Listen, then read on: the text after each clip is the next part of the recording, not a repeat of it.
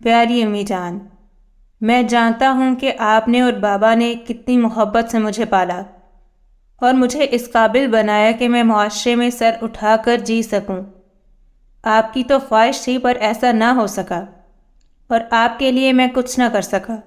آپ کو، ابو کو، بہنوں کو میں دکھ میں نہیں دیکھ سکتا تھا۔ میں کیا کرتا؟ مجھے کچھ سمجھ نہیں آ رہا تھا۔ پھر مجھے چودھری دلاور ملے، جن کی بیٹی پر آصیب کا سایہ تھا، جو اس وقت ختم ہو سکتا تھا اگر میں اس سے شادی کرتا، اور انہوں نے مجھے پیسے دیے تھے جس کی وجہ سے میں بہنوں کی شادی کر سکا۔ باقی پیسے میری الماری میں رکھے ہیں۔ اس سے نورین کی شادی کرنا اور بابا کا علاج بھی کروانا۔ ماں، مجھے روشنا سے شادی کے بعد مرنا ہوگا، وہ ٹھیک ہو جائے گی۔ ہما، مجھے معاف کر دینا۔ نورین، تم بھی اپنے بھائی کو معاف کر دینا۔ خوب دل لگا کر پڑھنا اور ڈاکٹر بننا۔ ماں اور بابا کا خیال رکھنا۔ خدا حافظ۔ خط نورین کے ہاتھوں سے پھسل گیا اور پھوٹ پھوٹ کر رونے لگی۔ ارمان کی ماں کے منہ سے چیخیں نکل رہی تھیں۔ ارمان، تم واپس آ جاؤ، ہمیں تمہاری ضرورت ہے، پیسے کی نہیں۔ لیکن اب بہت دیر ہو چکی تھی۔ وہ بہت دور جا چکا تھا، جہاں سے کوئی بھی واپس نہیں آتا۔ آج پھر شام کو تھک ہار کر وہ گھر واپس آ رہا تھا۔ مایوسی نے اس کے پورے وجود کو گھیر رکھا تھا۔ ہر روز صبح ایک نئی امید کے ساتھ وہ نوکری ڈھونڈنے نکلتا تھا، پر واپسی پر سوائے مایوسی کے اور کچھ بھی نہیں ہوتا تھا۔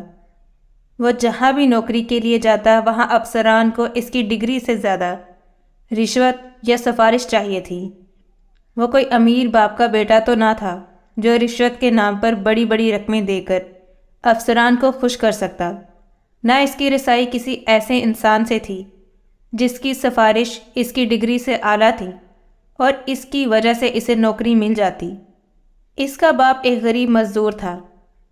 یہ وہی یا اس کا باپ جانتا تھا کہ اس نے کیسے اپنا پیٹ کاٹ کر اسے پالا پوسا اور پڑھایا تاکہ وہ اس قابل بن سکے کہ اپنے ماں باپ کے بڑھاپے کا سہارا بنے، اپنی بہنوں کی شادی کر سکے۔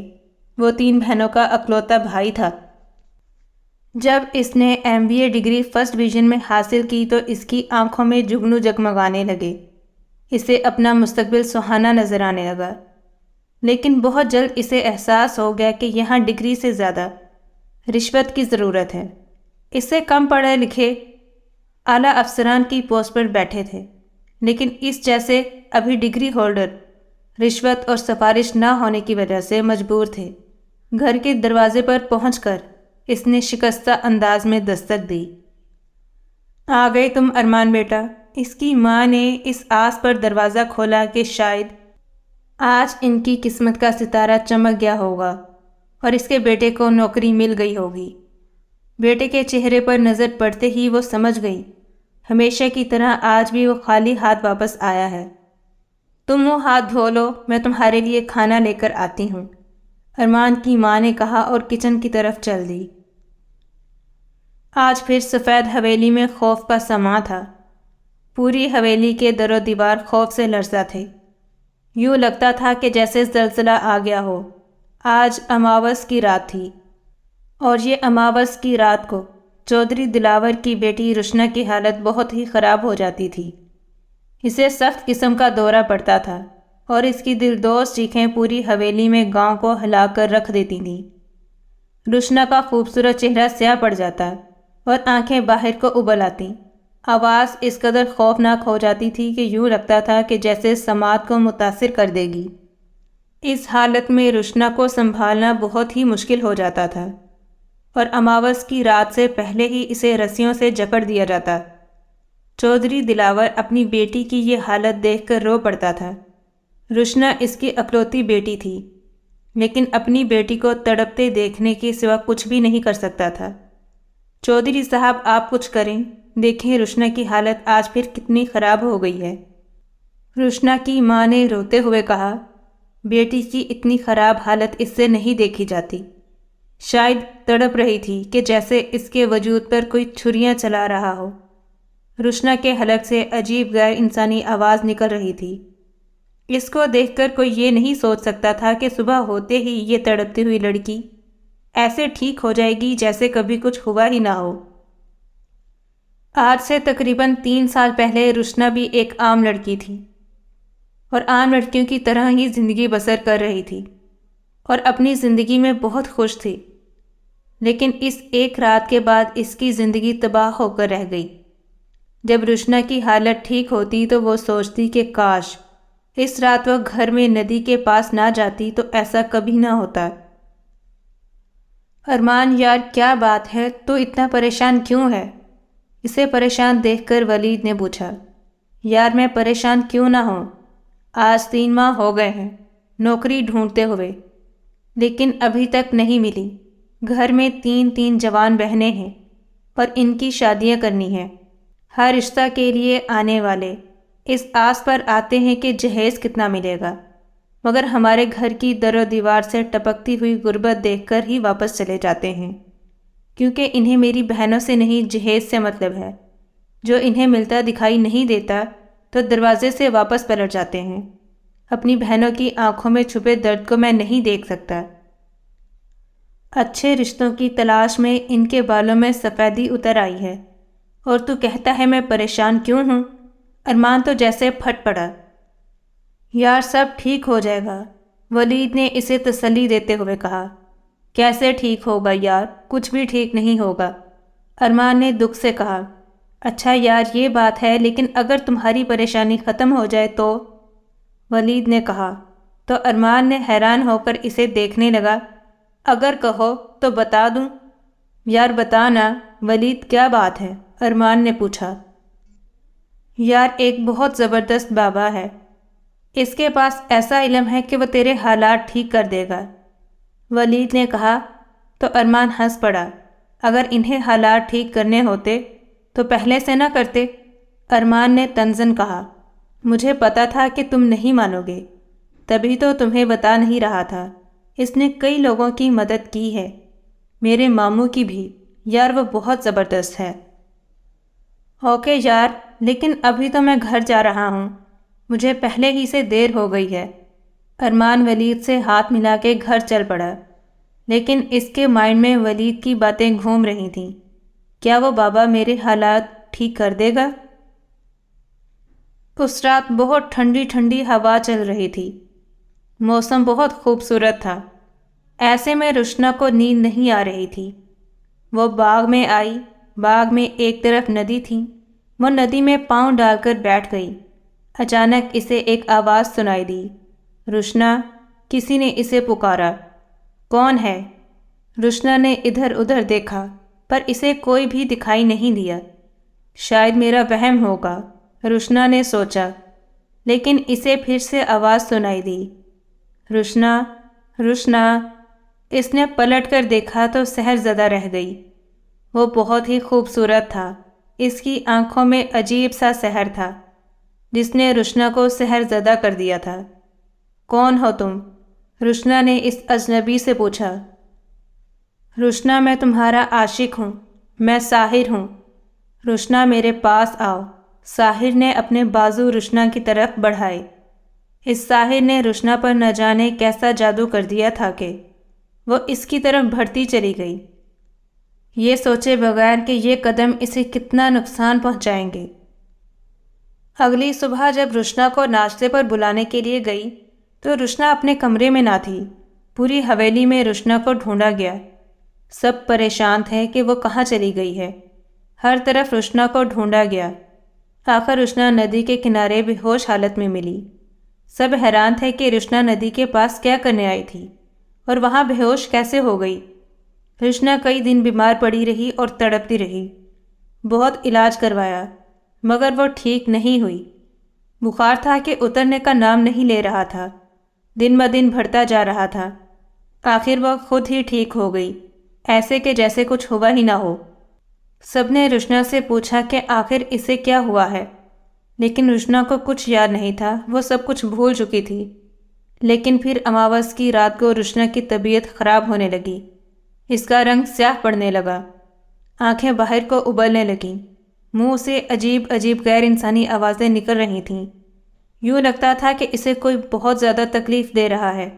وہ سر کے بل زمین پر چلنے لگتی۔ یہ سب روشنا کے ساتھ کیا ہو رہا تھا کسی کو سمجھ میں نہیں آ رہا تھا۔ اسے کئی ڈاکٹروں، پیروں، فقیروں کو دکھایا گیا، لیکن روشنا ٹھیک نہیں ہو رہی تھی۔ روشنا جانتی تھی کہ اس کی اس حالت کا ذمہ دار کون ہے، پر وہ کسی کو یہ بات بتا نہ پا رہی تھی کہ اس کے ساتھ اس رات کیا ہوا تھا۔ چودھری جی، میں ایک سادھو کو جانتا ہوں جو کالے علم کا ماہر ہے۔ اگر روشنا بی بی کو اس کے پاس لے جایا جائے تو امید ہے کہ روشنا بی بی ٹھیک ہو جائیں گی۔ چودھری دلاور کے ملازم اکرم نے کہا۔ کون ہے وہ؟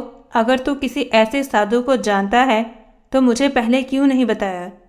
چودھری دلاور غصہ سے اسے اپنے ملازم کو کہہ رہا تھا۔ چودھری جی، وہ میں بتانا چاہتا تھا مگر مجھے موقع نہیں ملا۔ اکرم نے ڈرتے ڈرتے کہا۔ ٹھیک ہے اکرم، اگر اس مسئلہ کا حل سادھو کے پاس جا کر ہی ملے گا تو ہم روشنا بیٹی کو اس کے پاس لے کر جائیں گے۔ یہ بات چودھری دلاور نے تو کہہ دی، لیکن کاش وہ یہ جان پاتا کہ تمام مسائل کا حل صرف ایک ہی ذات کے پاس ہے، اور وہ ہے صرف خدا کی ذات۔ بے شک۔ اگلے دن وہ روشنا کو اس سادھو کے پاس لے کر گئے۔ سادھو نے روشنا کو دیکھا تو چونک پڑا۔ مجھے اور اس چھوری کو اس کمرے میں اکیلا چھوڑ دیں، سادھو نے کہا۔ پہلے تو چودھری دلاور ہچکچایا، لیکن پھر وہ کمرے سے باہر چلا گیا۔ تھوڑی دیر بعد جب چودھری دلاور کمرے میں واپس گیا تو روشنا ایک طرف بے ہوش پڑی ہوئی تھی، اور سادھو کی آنکھوں میں سے تو جیسے خون ٹپک رہا تھا۔ اس کی آنکھیں بہت زیادہ سرخ ہو رہی تھیں۔ کیا بات ہے امی جان، آپ اتنی پریشان کیوں ہیں؟ ارمان نے ماں کی پریشانی بھانپتے ہوئے کہا۔ اس کی ماں اپنی پریشانی ارمان سے چھپانے کی کوشش کرتی، پر ارمان پھر بھی جان لیتا تھا۔ وہ بیٹا، آج کچھ لوگ ہمارے گھر آئے تھے ہما کو دیکھنے۔ انہیں ہما تو پسند آئی، مگر اماں یہ لوگ ہما کے ساتھ وہ سامان کی ایک لسٹ بھی دے گئے۔ اماں یہی بات ہے نا؟ ارمان نے دکھ سے کہا، اور اٹھ کر باہر نکل گیا۔ اپنی ماں کی آنکھوں میں آنسو وہ نہیں دیکھ سکتا تھا۔ میں کروں تو کیا کروں؟ اماں کی پریشانی، ابا کی بیماری اور بہنوں کے ٹوٹے ہوئے خواب میں نہیں دیکھ سکتا۔ مجھے کچھ کرنا ہی ہوگا۔ اس شام ارمان ولید سے ملنے اس کے گھر گیا۔ ولید یار، مجھے اس بابے کے پاس لے چل جس کا تم نے مجھے بتایا تھا۔ تم راضی ہو گئے؟ خیر کوئی بات نہیں، دیکھنا اب سب ٹھیک ہو جائے گا۔ چل میں تجھے آج ہی لے چلتا ہوں، ولید نے کہا۔ تو پھر دیر کیسی، چلو، ارمان نے کہا۔ کچھ ہی دیر میں ولید نے ایک مکان کے آگے جا کر بائک روکی۔ یہاں رہتا ہے وہ بابا؟ ارمان نے پوچھا۔ ہاں یار، وہ سب سے تنہا رہتا ہے۔ بہت ویران علاقہ تھا جہاں اس کا گھر تھا۔ اور ہاں یار، بابا کا نام نارائن راج ہے، ولید نے کہا تو ارمان چونک گیا۔ تو مجھے ایک ہندو کے پاس لے کر آیا ہے؟ چھوڑو یار ہندو کو، ہمیں تو اپنا کام نکلوانا ہے۔ اس کے پاس بڑی طاقتیں ہیں، دیکھنا وہ ایسا عمل کرے گا کہ تجھے 2 دنوں میں ہی نوکری مل جائے گی، ولید نے کہا، اور دونوں گھر کے اندر داخل ہو گئے۔ یہ کیا ہوا ہے نارائن بابا؟ میری بیٹی بے ہوش کیوں ہو گئی ہے؟ چودھری نے پریشان ہو کر پوچھا۔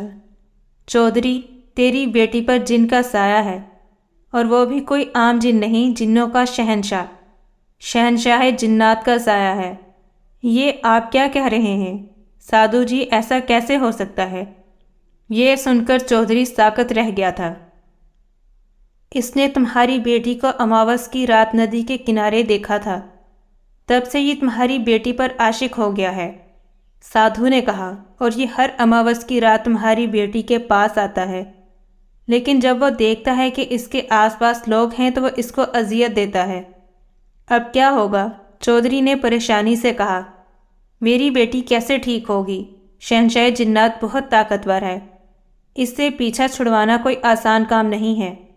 بس اس کا ایک ہی حل ہے، اور وہ بھی بہت خطرناک، سادھو نے کہا۔ کوئی بات نہیں سادھو جی، جتنا بھی خطرناک ہے اپنی بیٹی کے لیے میں سب کچھ کروں گا، چودھری دلاور نے یقین سے کہا۔ تم اپنی بیٹی کو بہت سے پیروں فقیروں کے پاس لے کر گئے ہوگے، ان میں سے کئی لوگ اس مسئلے کا حل جانتے ہوں گے، لیکن انہوں نے تمہیں نہیں بتایا ہوگا۔ پر میں تمہیں بتاتا ہوں، اگر تمہیں اپنی بیٹی کی جان بچانی ہے تو تمہیں کسی کی جان لینی ہوگی۔ سادھو نے کہا تو چودھری دلاور ایک پل کے لیے ساکت رہ گیا۔ تجھے کسی کی جان لینی ہوگی۔ چاند کی پہلی تاریخ کو ایک خاص وقت میں ایک لڑکے کی پیدائش ہوئی ہے۔ اس لڑکے سے اگر تمہاری بیٹی کی شادی کر دی جائے تو تمہاری بیٹی ٹھیک ہو سکتی ہے، کیونکہ اس لڑکے میں ایسی طاقتیں ہیں جس پر کوئی جادو، کوئی طاقت اثر نہیں کر سکتی ہے۔ جب اس لڑکے کا ملاپ تمہاری بیٹی سے ہوگا تو وہ طاقت تمہاری بیٹی میں چلی جائے گی۔ پھر شہنشاہ جنات تمہاری بیٹی پر اثر انداز نہیں ہو سکے گا۔ لیکن شاید شہنشاہ جنات بھی یہ بات جانتا تھا، تبھی اس نے تمہاری بیٹی میں زہر بھر دیا ہے۔ اب جو بھی اس سے شادی کرے گا وہ مر جائے گا۔ چودھری دلاور یہ ساری باتیں سن کر لرز اٹھا، لیکن اگلے ہی لمحے وہ بولا، میں راضی ہوں، پر بتائیں تو اس لڑکے کی نشانی کیا ہے؟ اس لڑکے کی نشانی اس کے دائیں پاؤں پر آدھے چاند کا نشان ہے۔ بس وہی لڑکا تمہاری بیٹی کو بچا پائے گا۔ سادھو نے مسکراتے ہوئے کہا، وہ تو کالے جادو کا ماہر تھا، اپنی طاقت سے وہ یہ سب تو جان گیا، پر کاش وہ یہ بھی جان پاتا کہ بچانے اور زندگی دینے والی ذات صرف اللہ کی ذات ہے۔ ولید اور ارمان اس مکان میں داخل ہوئے تو انہیں ایک آدمی اپنی طرف آتا ہوا دکھائی دیا۔ آؤ آؤ، سادھو کو تم لوگوں کا ہی انتظار تھا، اس آدمی نے کہا تو دونوں حیران ہو گئے۔ سادھو جی کو کیسے پتا ہے کہ ہم آ رہے ہیں؟ ارمان نے حیران ہو کر کہا، سادھو جی کو سب پتا ہے، اس آدمی نے کہا اور انہیں لے کر ایک طرف چل پڑا۔ دیکھا، میں نہ کہتا تھا کہ بڑا پہنچا ہوا ہے سادھو، ولید نے کہا تو ارمان مسکرا دیا۔ وہ دونوں اس وقت سادھو کے سامنے بیٹھے تھے۔ میں سب جانتا ہوں، مجھے پتا ہے کہ تمہاری نوکری نہیں لگ رہی ہے، مگر گھر میں جوان بہنیں ہیں اور بیمار باپ ہے۔ آپ یہ سب کچھ کیسے جانتے ہیں؟ ارمان حیرانی سے بولا۔ مجھے سب پتا ہے، سادھو نے مسکرا کر کہا۔ تمہارے ان تمام مسائل کا حل ہے میرے پاس۔ بہنوں کی شادی اور باپ کا علاج بھی ہو جائے گا، لیکن اس کے لیے تمہیں ایک بڑے امتحان سے گزرنا پڑے گا، اور اس میں تمہاری جان بھی جا سکتی ہے۔ میری جان بھی جا سکتی ہے؟ ارمان نے پریشان ہو کر کہا۔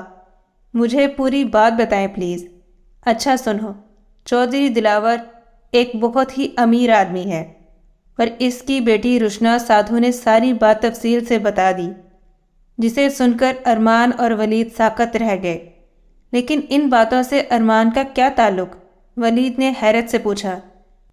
کہیں آپ کے کہنے کا مطلب یہ تو نہیں ہے کہ ارمان ہی وہ لڑکا ہے؟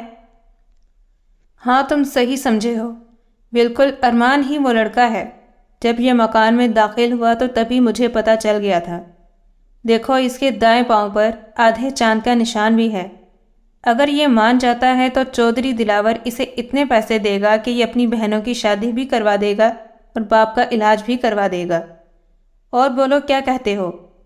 سادھو نے پوچھا۔ ٹھیک ہے سادھو بابا، مجھے آپ کی ہر بات منظور ہے، ارمان نے مانتے ہوئے کہا۔ کیا ارمان، تم پاگل ہو؟ کیا کہہ رہے ہو؟ ولید نے غصے سے کہا۔ تو ارمان نے خاموش رہنے کا اشارہ کر دیا۔ ٹھیک ہے، پھر ابھی جاؤ، پرسوں آ جانا، تمہاری چودھری دلاور سے ملاقات ہو جائے گی۔ وہ دونوں اٹھ کر مکان سے باہر آ گئے۔ ولید سے چپ نہیں رہا گیا۔ ارمان، تم کیا کرنے جا رہے ہو؟ تو کیا کروں میں؟ تمہیں ایسا کچھ نہیں کرنے دوں گا۔ میں ماں جی سے بات کروں گا، تمہاری جان کو یوں ضائع نہیں ہونے دوں گا، ولید نے غصہ اور دکھ سے کہا۔ پلیز ولید، یہ صرف میری نہیں، اس لڑکی کی بھی حالت ہے، پتہ نہیں وہ جن اس کو کتنی اذیت دیتا ہوگا، اور پلیز مجھ سے پرومس کرو کہ تم امی کو کچھ نہیں بتاؤ گے، تمہیں اس دوستی کی قسم جو ہمارے بیچ میں ہے۔ ارمان نے کہا تو ولید بے بسی سے اسے دیکھتا رہ گیا۔ سادھو جی، آپ نے مجھے بلایا تھا، چودھری دلاور نے سادھو کے پاس حاضر ہو کر کہا۔ ہاں چودھری، تمہارا کام ہو گیا ہے، وہ لڑکا مجھے مل گیا ہے جو اگر تمہاری بیٹی سے شادی کرے گا تو تمہاری بیٹی شہنشاہ جنات سے چھٹکارا پا سکتی ہے، پر تمہیں اس لڑکے کو رقم دینا ہوگی۔ آپ فکر نہ کریں سادھو جی، میں ہر قیمت دوں گا، اپنی بیٹی کو بچانے کے لیے سادھو نے ارمان کو بھی بلا لیا تھا، اسی لیے تھوڑی دیر میں ارمان بھی وہاں آ گیا۔ چودھری نے ارمان کی طرف دیکھا۔ وہ ایک اچھا خاصا خوبرو نوجوان لڑکا تھا۔ ایک پل کے لیے اسے پریشانی ہوئی کہ وہ کیا کرنے لگا ہے، پر اگلے پل اپنی بیٹی کی محبت غالب آ گئی۔ میں چاہتا ہوں کہ تم شادی سے پہلے رشنا سے مل لو، اور تمہیں جتنے پیسے چاہیے وہ میں دے دوں گا۔ آج چاند کی 3 تاریخ ہے، اگلے ماہ چاند کی 1 کو تمہاری رشنا کی شادی ہو جائے گی، اور بالکل سادگی سے ہوگی، کسی کو کچھ پتہ نہیں ہوگا۔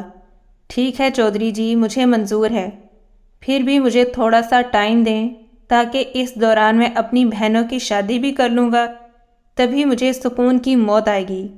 ارمان نے کہا تو چودھری رنجیدہ ہو گیا۔ وہ لڑکا اپنی بہنوں کی خاطر اپنی جان دینے کو تیار تھا۔ بطول جاؤ رشنا بیٹی کو بلا کر لاؤ، چودھری دلاور نے اپنی ملازمہ بطول سے کہا۔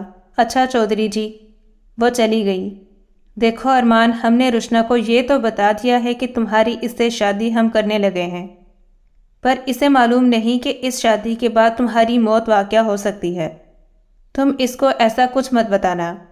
ٹھیک ہے چودھری جی، جیسا آپ کہیں ایسا ہی ہوگا، اور اگر میری بہنوں کی شادی کا مسئلہ نہ ہوتا تو میں کبھی بھی اس کام کے لیے اقرار نہ کرتا۔ ارمان کی آنکھوں میں آنسو آ گئے تو چودھری دلاور نے اسے گلے سے لگا لیا۔ آؤ آؤ رشنا بیٹی، آؤ، چودھری دلاور نے رشنا کو دیکھ کر کہا۔ اس سے ملو، یہ ارمان ہے، یہ وہی لڑکا ہے جس سے تمہاری شادی ہم کروانے جا رہے ہیں۔ السلام علیکم، رشنا نے مسکراتے ہوئے کہا تو ارمان اسے دیکھتا ہی رہ گیا۔ وہ واقعی بہت ہی خوبصورت تھی۔ اس 1 ماہ میں ارمان نے اپنی بڑی دونوں بہنوں کی شادی کر دی۔ ارمان کی ماں حیران تھی کہ اس کے پاس اتنے پیسے کہاں سے آئے۔ وہ جب بھی ارمان سے پوچھتی تو وہ کہتا، ماں میں نے اپنے دوست کے ساتھ مل کر کاروبار شروع کیا ہے، وہ باہر کے ملک سے پیسہ لگاتا ہے، ادھر کاروبار میں سنبھالتا ہوں۔ وہ ماں کو اصل بات بتا کر موت سے پہلے نہیں مارنا چاہتا تھا۔ آخر وہ دن بھی آ گیا جس دن ارمان اور رشنا کی شادی تھی۔ چاند کی 1 تاریخ تھی۔ ارمان رشنا کے کمرے کی طرف بڑھا جہاں وہ اس کی منتظر تھی۔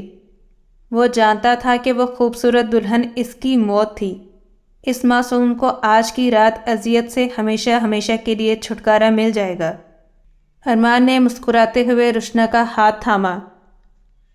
رشنا، آج ہمارے ملن کی رات ہے، اور آج کے بعد تمہیں کوئی تکلیف نہیں دے سکے گا۔ ارمان نے کہا، آج کے بعد ہماری محبت امر ہو جائے گی، لیکن رشنا کو کیا پتا کہ آج ہمارے ملن کی آخری رات اور پہلی رات ہے۔ ارمان تو یہ سوچ رہا تھا، لیکن اوپر والے نے کچھ اور سوچ رکھا تھا۔ اگلے دن چودھری دلاور اور اس کی بیوی زرینہ بیگم رشنا کے کمرے میں گئے۔ جب وہ کمرے میں داخل ہوئے تو اندر کے منظر نے انہیں ساکت کر دیا۔ جاؤ نورین، ارمان کو بلا کر لاؤ، کمرے سے آ کر ناشتہ کرے۔ کل سارا دن یہ لڑکا گھر سے باہر رہا ہے، رات کو آ گیا ہوگا۔ ویسے بھی ارمان رات کو باہر نہیں رہتا۔ ارمان کی ماں شاہدہ نے اپنی بیٹی نورین سے کہا۔ وہ ارمان کے کمرے میں گئی۔ ارمان کمرے میں نہیں تھا، ہاں اس کے بیڈ کے ایک طرف ایک لیٹر پڑا ہوا تھا۔ نورین نے وہ لیٹر اٹھا لیا اور کمرے سے باہر آ گئی۔ ماں، ارمان تو کمرے میں نہیں ہے، لیکن اس کے کمرے میں یہ لیٹر پڑا ہوا ہے، تو پڑھو اسے کیا لکھا ہے۔ ماں نے کہا تو نورین پڑھنے لگی۔ پیاری امی جان، میں جانتا ہوں کہ آپ نے اور بابا نے کتنی محبت سے مجھے پالا ہے اور مجھے اس قابل بنایا کہ میں معاشرے میں سر اٹھا کر جی سکوں۔ آپ کی تو خواہش تھی، پر ایسا نہ ہو سکا، اور آپ کے لیے میں کچھ نہ کر سکا۔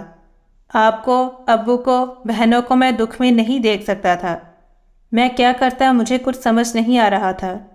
پھر مجھے چودھری دلاور ملے جن کی بیٹی پر آصیب کا سایہ تھا، جو اس وقت ختم ہو سکتا تھا اگر میں اس سے شادی کرتا، اور انہوں نے مجھے پیسے دیے تھے جس کی وجہ سے میں بہنوں کی شادی کر سکا۔ باقی پیسے میری الماری میں رکھے ہیں، اس سے نورین کی شادی کرنا اور بابا کا علاج بھی کروانا۔ ماں، مجھے رشنا سے شادی کے بعد مرنا ہوگا، وہ ٹھیک ہو جائے گی، ہما مجھے معاف کر دینا۔ نورین تم بھی اپنے بھائی کو معاف کر دینا۔ خوب دل لگا کر پڑھنا اور ڈاکٹر بننا۔ ماں اور بابا کا خیال رکھنا۔ خدا حافظ۔ خط نورین کے ہاتھوں سے پھسل گیا اور پھوٹ پھوٹ کر رونے لگی۔ ارمان کی ماں کے منہ سے چیخیں نکل رہی تھیں۔ ارمان تم واپس آ جاؤ، ہمیں تمہاری ضرورت ہے، پیسے کی نہیں۔ لیکن اب بہت دیر ہو چکی تھی۔ وہ بہت دور جا چکا تھا جہاں سے کوئی بھی واپس نہیں آتا۔